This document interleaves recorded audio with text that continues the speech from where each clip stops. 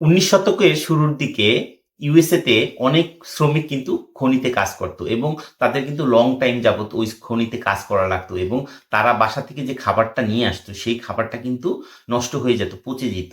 তো এই প্রবলেমটা সলভ করার জন্য ম্যাক এবং ডিক 1940 সালে ম্যাকডোনাল্ড প্রতিষ্ঠিত করে ইউএসএর ক্যালিফোর্নিয়া নামে একটি শহরে।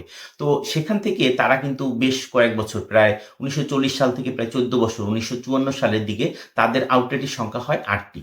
তাদের আসলে লিডারশিপের নলেজটা কিন্তু আসলে ওভাবে প্রখর ছিল না, যার ফলশ্রুতিতে তাদের অনেক ফাস্ট সার্ভিস ছিল, তাদের অ্যাসেম্বলি লাইন খুবই ভালো ছিল, তাদের ফুডের টেস্ট ভালো ছিল, অ্যাফোর্ডেবল ছিল।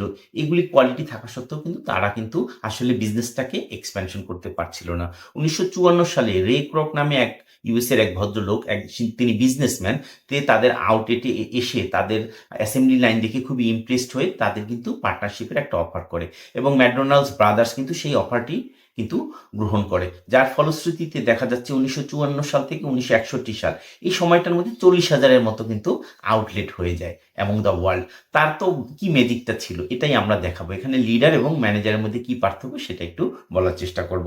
তো ম্যাকডোনাল্ডসের রে ক্রক যেটা করেছিলেন, তিনি কিন্তু same test, same service, same experience everywhere, এই মূলনীতিতে কিন্তু সে কাজ করেছিলেন এবং তার একটা মোটো ছিল যে একটা আউটলেট যদি এত ভালো করতে পারে, why not thousands of outlet.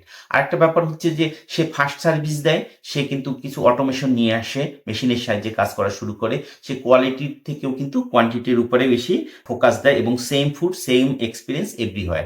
এই কিছু মূলনীতির উপরে কিন্তু তার লিডারশিপের যাত্রাটা কিন্তু শুরু হয় এবং দেখা যাচ্ছে যে ম্যাকডোনাল্ডস ব্রাদার্স এবং রে ক্রক, তার মধ্যে যে ডিফারেন্সটা ছিল, ম্যাকডোনাল্ডস ব্রাদার্স কিন্তু অপারেশনে ভালো ছিল, ডেইলি অপারেশন যেটা, কিন্তু রে ক্রক ডেইলি অপারেশন এটাকে বেস লাইন ধরে সে কিন্তু নেক্সট আর একটা যে জিনিসটা করেছিল, সে কিন্তু দূরদর্শী চিন্তা করেছিল। হ্যাঁ, সে চিন্তা করেছিল যে কিভাবে আনসার্টিনিটিকে সামাল দেওয়া যায়, কিভাবে চেঞ্জকে অ্যাডাপ্ট করা যায়, লিডারশিপের ভবিষ্যৎ সম্বন্ধে কিভাবে ধারণা পাওয়া যায়, বিজনেসটা কিভাবে এক্সপ্যানশন করা যায়।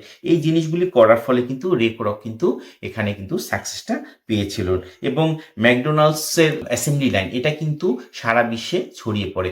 একটা কথা আছে, McDonald's not only expand their business, they McDonaldize the world. That means হচ্ছে যে ম্যাকডোনাল্ডসের মতো সারা বিশ্বকে সে করে ফেলেছিল এবং 2016 সালে দ্য ফাউন্ডার নামে একটা ফিল্ম তার নামে কিন্তু রিলিজ হয় এবং সেখানে কিভাবে ম্যাকডোনাল্ডস এস্টাবলিশড হয়েছিল এবং এক্সপ্যানশন করেছিল সেটা কিন্তু দেখানো হয়। এভাবেই কিন্তু আমরা একজন লিডার এবং ম্যানেজারের মধ্যে ডিফারেন্সিয়েট করতে পারি।